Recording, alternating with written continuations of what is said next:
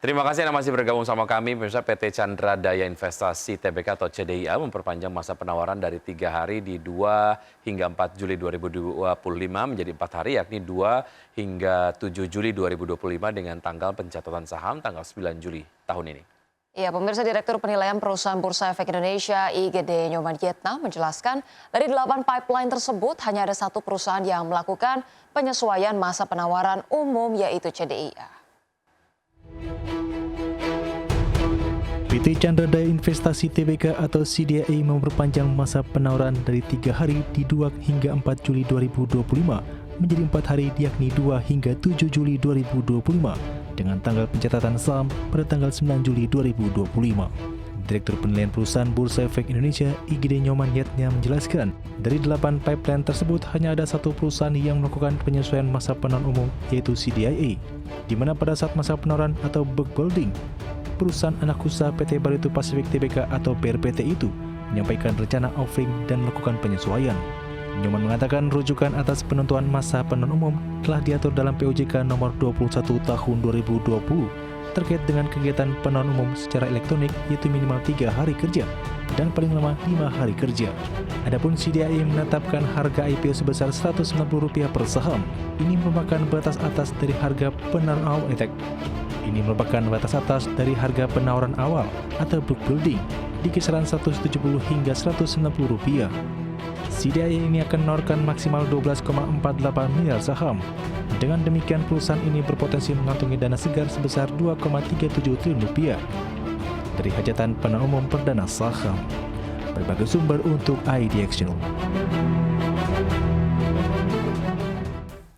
Ya, PT Merdeka Copper Gold Tbk atau MDKA mengumumkan hasil kinerja keuangan kuartal 1 tahun 2025 di mana perseroan mencatatkan pendapatan konsolidasi sebesar $502 juta atau turun 7,21% secara year on year.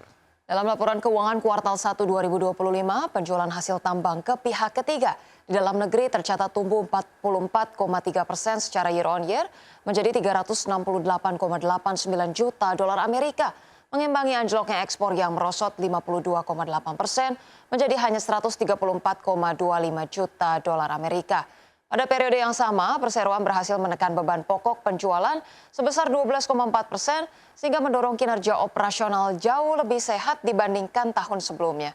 Sementara itu dari sisi bottom line, perseroan membukukan rugi bersih senilai $3,73 juta, di mana kerugian ini menyusut hingga 80% dibandingkan dengan kerugian senilai $15,2 juta pada periode yang sama di tahun sebelumnya.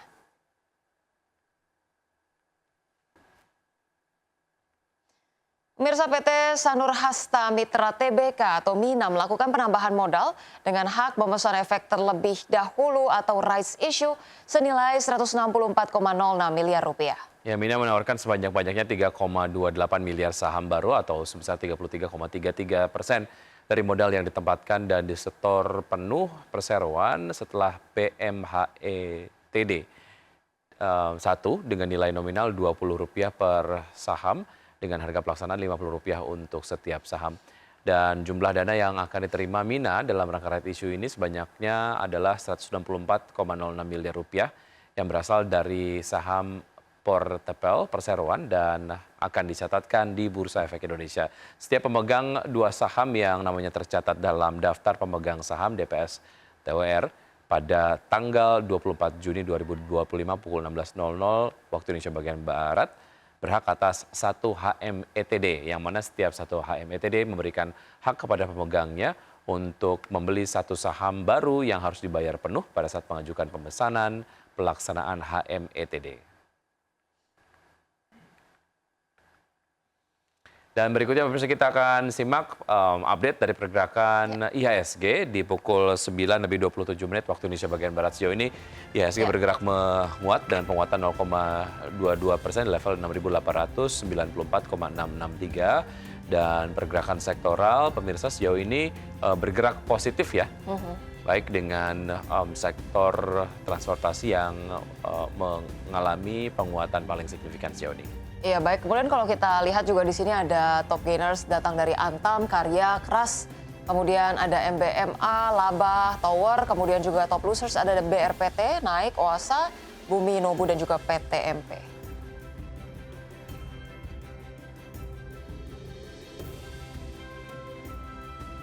Iya, baik pemirsa, 60 menit sudah kami menemani Anda dalam program Market Buzz. Semoga pembahasan hari ini dapat menjadi referensi dan sumber informasi untuk Anda. Iya, tetap berbaru informasi Anda hanya di IDX Channel, your trustworthy and comprehensive investment reference. Jangan lupa untuk menyaksikan program First Session Closing yang akan tayang pukul 12.00 waktu Indonesia bagian Barat.